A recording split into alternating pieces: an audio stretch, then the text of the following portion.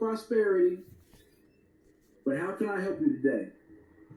The servant answered, is it not true that Ruth was of our people, and you are one of her children and descendants, and Yahuwah has chosen you and your descendants forever?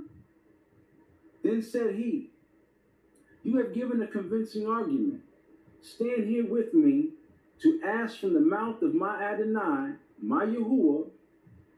And Dawid asked Yahuwah about the statement of the Moabite servant. And Dawid said, O Yahuwah, Yahuwah Sabaoth, teach me wondrous things of your law, so that I may know how to rule for this servant, and what should be done with him.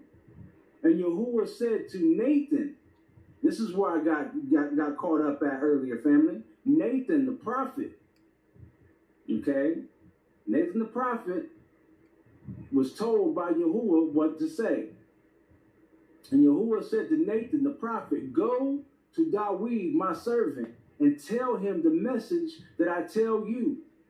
And Nathan went to Dawid, to his chamber, saying, this is what Yahuwah Sabaoth says. I have heard your prayer. So tell the Moabite, you are a Moabite man, not a Moabite woman. For I never said a Moabite woman, an Ammonite woman, because their women and daughters belong to Yahuwah.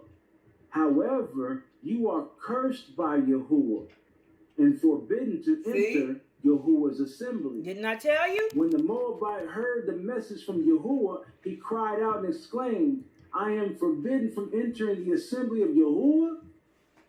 Thank you. And the king took him and appointed him a shepherd among Dawid's shepherds. And he was there until the 3rd year of the reign of King Solomon. Then he died. And he had a daughter whose name was Sephariah. She had a beautiful form and was very fair to look upon. King Solomon took her to be his concubine. And she found grace and favor in his sight, more than all the other concubines. And she became the chief of the concubines. The chief of the concubines' residence, my bad. And this became the statute in Yasharel forever. I mean, go ahead, family. Somebody got something? I'm sorry. I just wanted to pose a question to the panel and everybody in the chat. Just listening to what you just spoke about how we were really living a set-apart life from them. My question, the question I want to pose is, or first I want to make a statement and then pose a question. I believe these type of texts are what the nations have used to perpetuate racism. And my question that I want to pose to everybody is, how do we not go along in their same footsteps by using these same texts the same way that they try to use them against us for so long? How do we rise above that and still become a unified nation without having to be racist towards them? And that's my question. I mean, that's a really good question.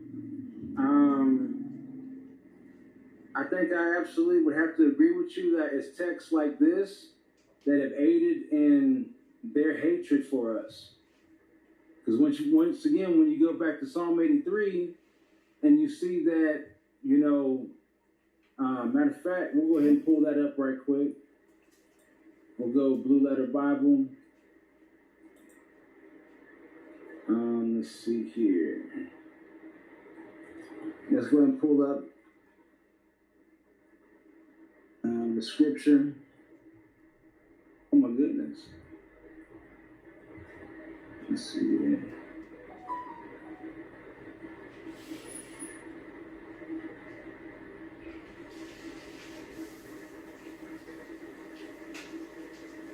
Alright, so let's see here.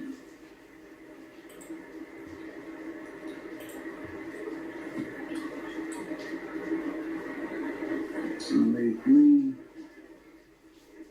Let's go ahead and remove